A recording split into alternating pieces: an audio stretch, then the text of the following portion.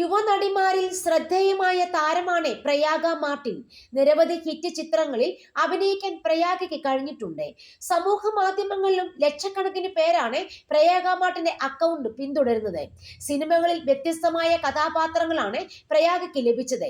നാടൻ പെണ്ണിൽ തുടങ്ങി ultra modern വേഷങ്ങളിൽ വരെ തിളങ്ങാൻ പ്രയാഗയ്ക്ക് കഴിഞ്ഞു.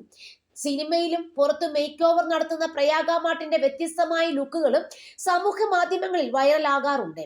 സാഗർ ഏലിയാസ് ജാക്കിയിലൂടെ ബാലതാരമായാണ് പ്രയാഗ മാർട്ടിൻ വെള്ളിത്തിരയിൽ എത്തിയത്. പിന്നീട് ഉണ്ണി മുകുന്ദൻ നായകനായ ഒരു മുറൈ വന്ന് പാർത്തായ എന്ന ചിത്രത്തിൽ ആദ്യമായി നായികാ വേഷത്തിലെത്തി. ആദ്യം ശാലീന വേഷങ്ങളിലെത്തിയ പ്രയാഗ പിന്നീട് മോഡേൺ വസ്ത്രങ്ങളിലേക്ക് വഴിമാറിയതോടെ സമൂഹ മാധ്യമങ്ങളിൽ പരിഹാസങ്ങളും ഏറ്റുവാങ്ങി.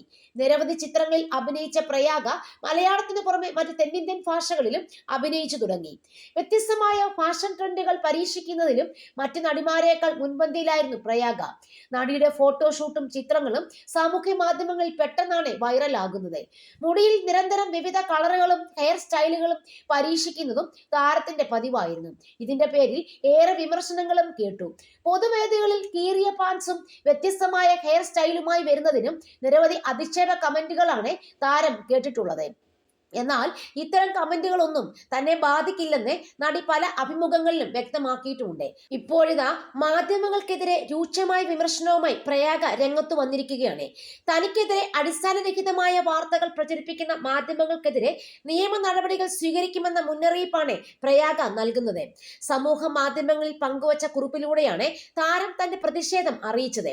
ഇത്തരം വാർത്തകൾ തനിക്ക് അത്യന്തം വിഷമം ഉണ്ടാക്കുന്നുവെന്നും അവർ പ്രതികരിച്ചു.